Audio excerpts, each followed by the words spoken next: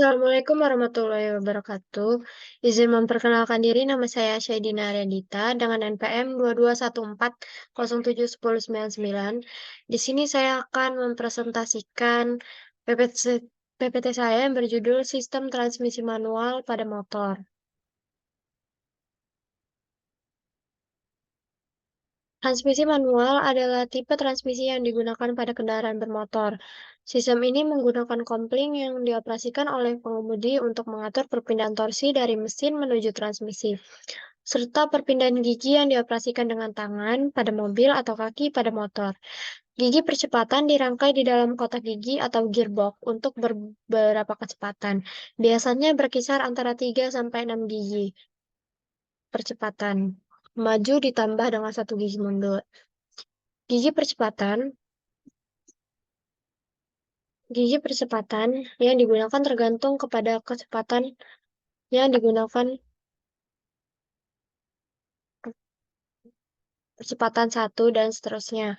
Kalau kecepatan semakin tinggi, demikian pula sebaliknya kalau mengurangi kecepatan gigi, percepatan diturunkan.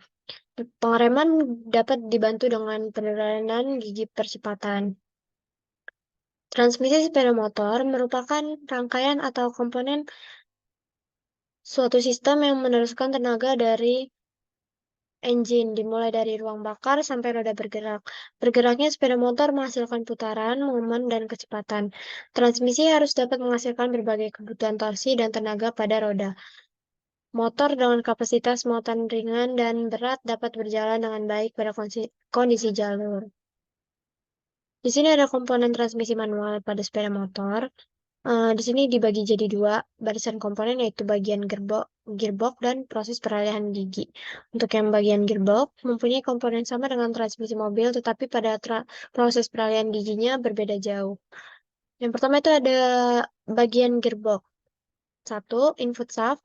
Poros input adalah sebuah batang besi berbentuk silinder yang terletak pada poros kopling motor.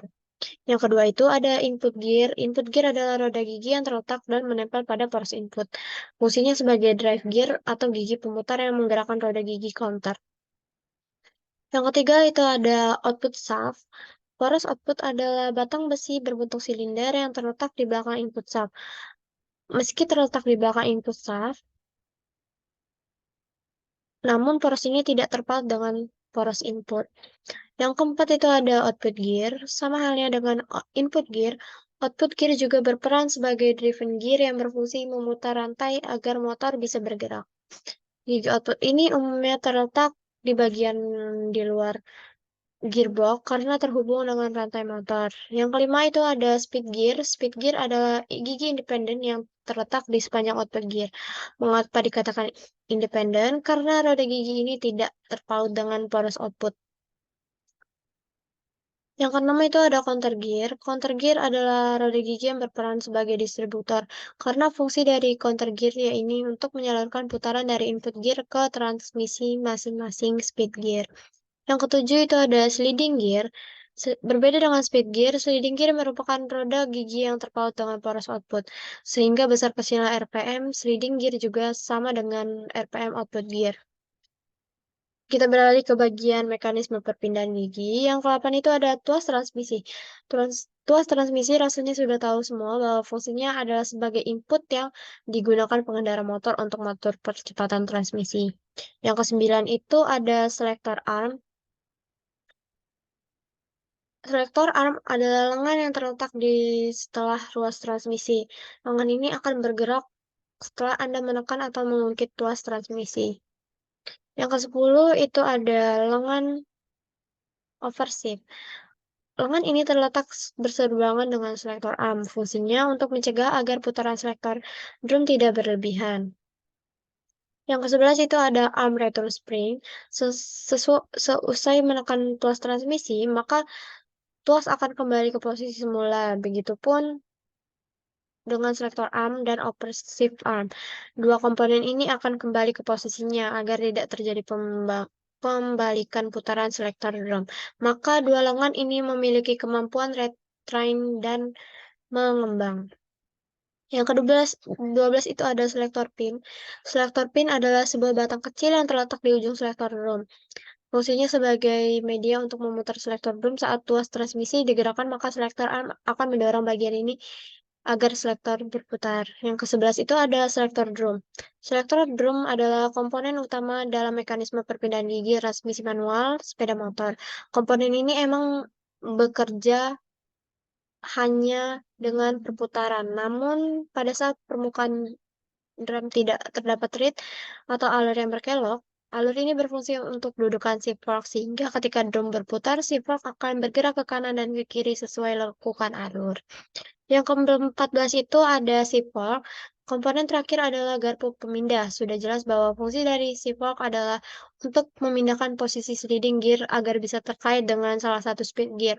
Dalam satu unit transmisi manual, terdapat 3 buah si fork untuk transmisi 5 percepatan dan 2 buah shift fork untuk transmisi percepatan.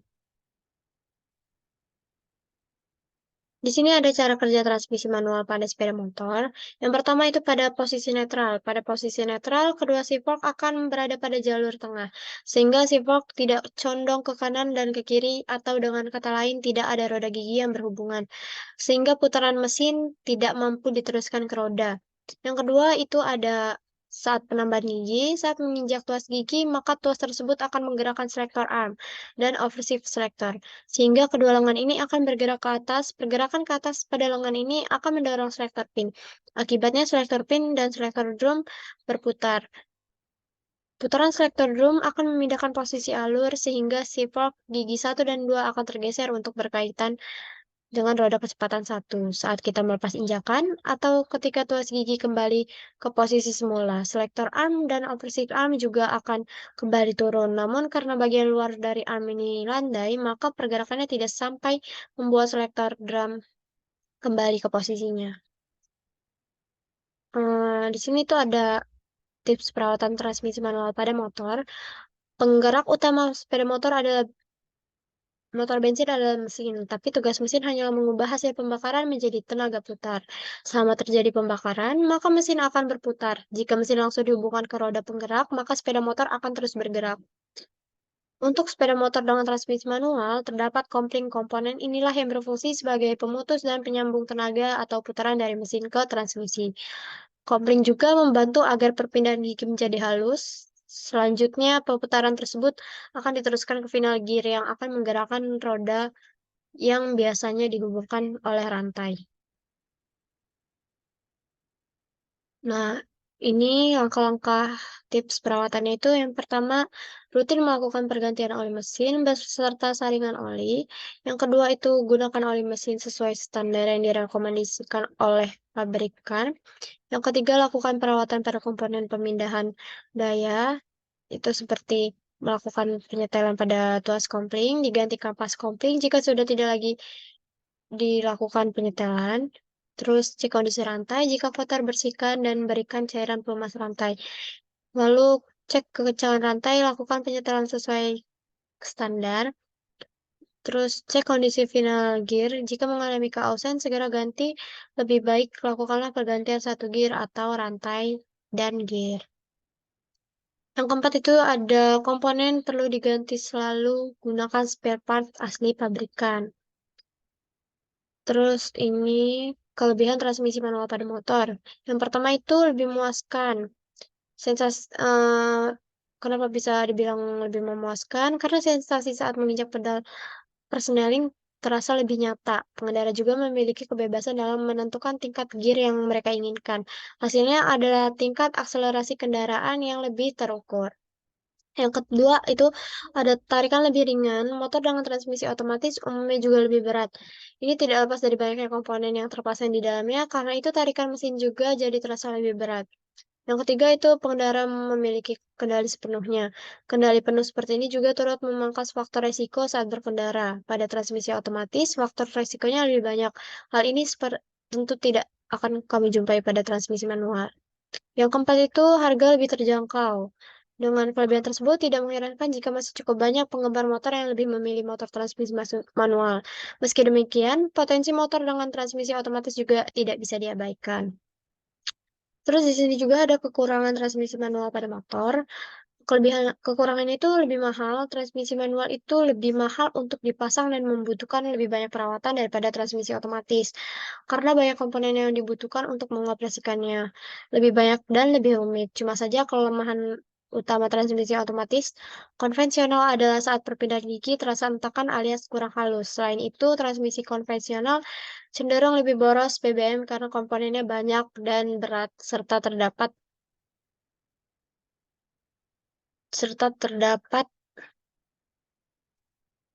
eee, entakan yang kurang halus.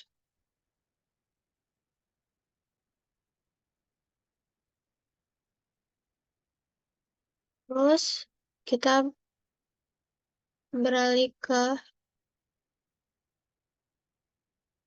PPT selanjutnya. Di sini PPT selanjutnya itu yang berjudul Sistem Transmisi Manual pada Mobil. Mobil memiliki sebuah sistem di dalam mesinnya yang biasa dikenal dalam transmisi. Transmisi dalam mobil dibagi menjadi dua jenis, yaitu transmisi otomatis dan transmisi manual. Walaupun banyak orang yang sudah beralih ke mobil transmisi otomatis, sebagian masyarakat juga masih tertarik dengan mobil transmisi manual.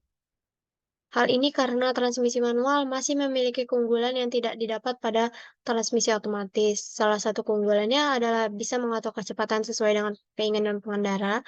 Mobil dengan transmisi manual juga lebih bertenaga dibanding dengan transmisi otomatis. Maka dari itu, sebagian masyarakat masih mempertahankan kendaraan transmisi tersebut.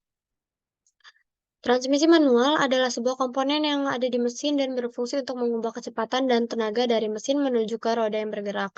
Sistem pemindahan tenaga ini mempunyai beberapa komponen yaitu kopling diferensial, transmisi roda, dan poros kendaraan. Beberapa komponen ini saling berkaitan dan terhubung sebagai penggerak laju mobil. Untuk transmisi manual, posisi dan komponennya terletak pada ujung depan setelah kopling. Dengan transmisi tersebut, tenaga yang dihasilkan berasal dari mesin yang diteruskan menuju poros propeller shaft sehingga mobil bisa berjalan. Jadi pengertian transmisi manual secara singkatnya yaitu komponen-komponen perpindahan tenaga yang dihasilkan di mesin menuju ke poros yang menggerakkan atau berjalan dengan kecepatan yang telah ditentukan. Setelah mengenal tentang pengertian transmisi manual, ada baiknya kita juga mengetahui komponen-komponen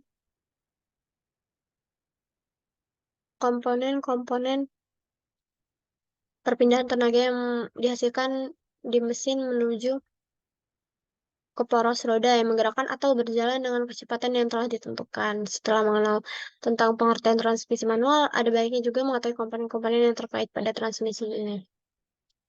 Di sini ada beberapa komponen, yaitu yang pertama itu ada poros input transmisi, poros atau roda gigi yang bekerja sama dengan kopling, fungsinya untuk memutar gigi pada gearbox.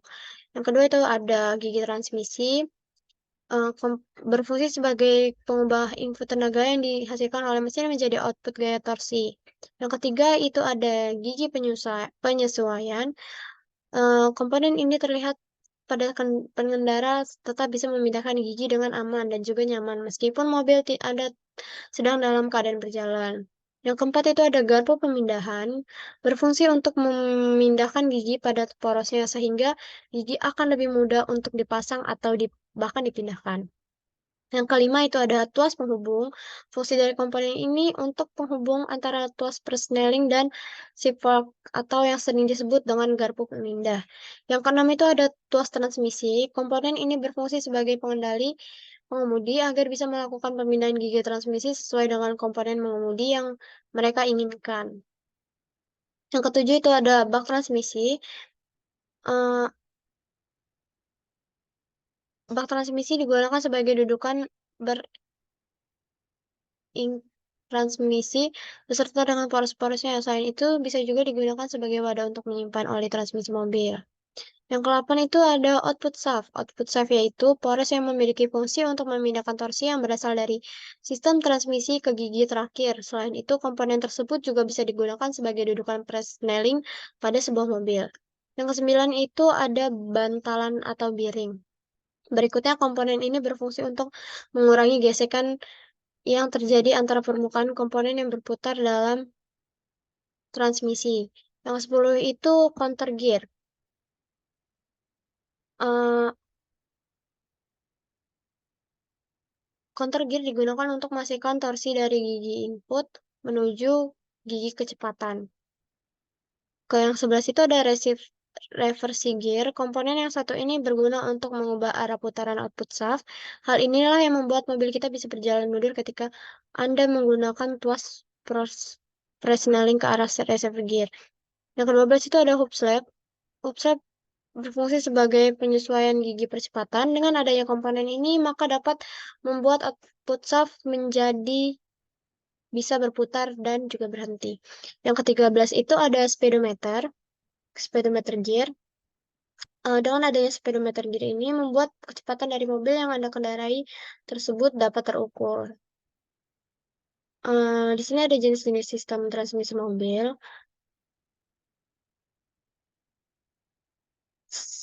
Setelah disebutkan jenis transmisi pada mobil itu ada tiga. Namun secara keseluruhan itu sebenarnya ada 5 jenis transmisi yang biasa digunakan pada mobil. Jenis berbeda juga menentukan cara kerjanya. Berikut jenis sistem transmisi yang biasa digunakan pada mobil. Yang pertama itu ada jenis sliding mesh. Jenis yang pertama ini digunakan pada transmisi manual yang memiliki prinsip kerja lebih sederhana. Cara kerjanya adalah menggerakkan roda gigi untuk bisa mengatur kecepatan dari output. Yang kedua itu ada jenis constant mesh. Masih dengan transmisi manual, jenis sistem transmisi ini membutuhkan kopling untuk proses perpindahannya dari poros input ke output. Prosesnya sendiri bermanfaat berkaitan roda gigi yang tetap. Ketiga itu ada jenis sinkromesh. Sebagian besar kendaraan justru memilih jenis transmisi sinkromesh karena perpindahan giginya jauh lebih halus. Jika dilihat dari cara kerjanya sangat mirip dengan constant mesh, hanya karena terdapat komponen ring sinkronisor yang ada di cloud hub. Yang keempat itu ada jenis CVT. Sistem transmisi mobil matic yang perpindahannya secara variabel perlu dua gear yang memiliki variabel diameter dan dihubungkan menggunakan belt. Ketika diameter drive mengecil, maka driven akan memiliki gear yang berdiameternya besar. Yang kelima itu ada jenis automatic gear shift. Mobil otomatis juga memiliki jenis transmisi otomatik gear. Konsepnya sendiri adalah mengintegrasikan aktuator hidrolik yang mengoperasionalnya melalui Electric Control Unit ECU dan juga Transmission Control Modul TCM. Ini cara kerja sistem transmisi secara umum. Sesuai dengan jenis transmisi yang telah dijelaskan, cara kerjanya masing-masing berbeda. Namun secara prinsip, cara kerja sama dan juga sederhana. Transmisi akan bekerja berdasarkan rasio dan roda gigi. Pada saat mobil melewati area yang menanjak, maka perlu torsi yang besar supaya dapat menahan beban mobil.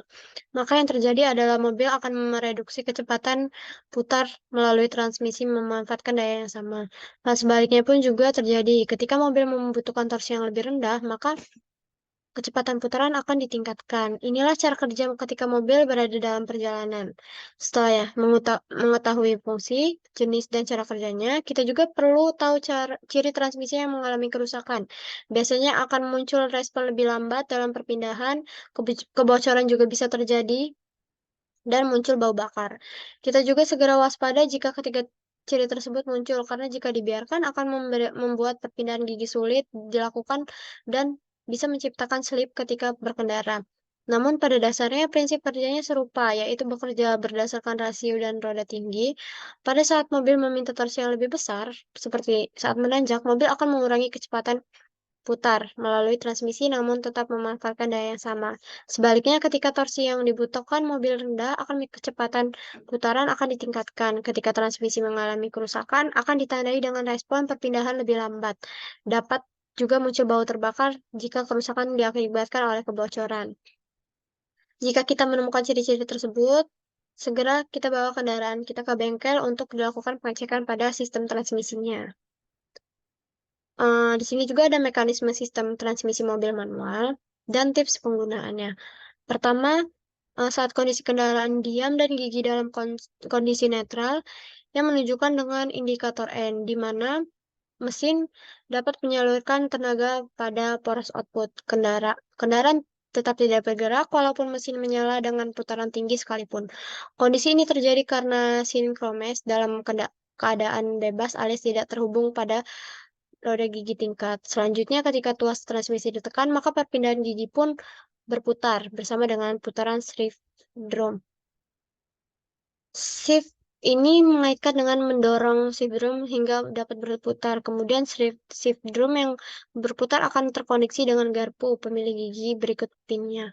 Pin tersebut akan melakukan penguncian terhadap garpu pemilih di bagian ulir. Garpu pemilih gigi yang telah terhubung pada gigi geser atau selingkir akan bergerak ke kanan dan ke kiri, sesuai dengan pergerakan dari garpu pemilih gigi. Mekanisme berikutnya terletak pada gigi transmisi 1-5 percepatan, yang bebas berputar di tiap porosnya. Dengan kata lain, saat memasukkan gigi ketika mengendarai mobil, maka hal ini adalah proses penguncian gigi kecepatan yang terhubung ke poros di mana gigi itu berada sesuai proses penguncian oleh gigi geser.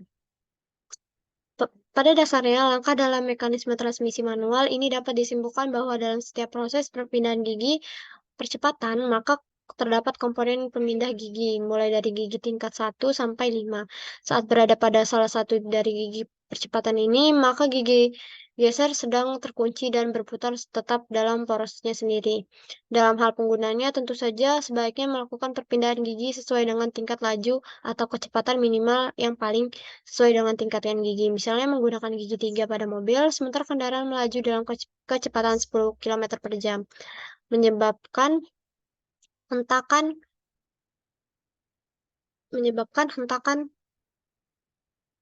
tidak nyaman karena transmisi tidak sesuai. Eh, Terus ada kelebihan transmisi manual pada mobil.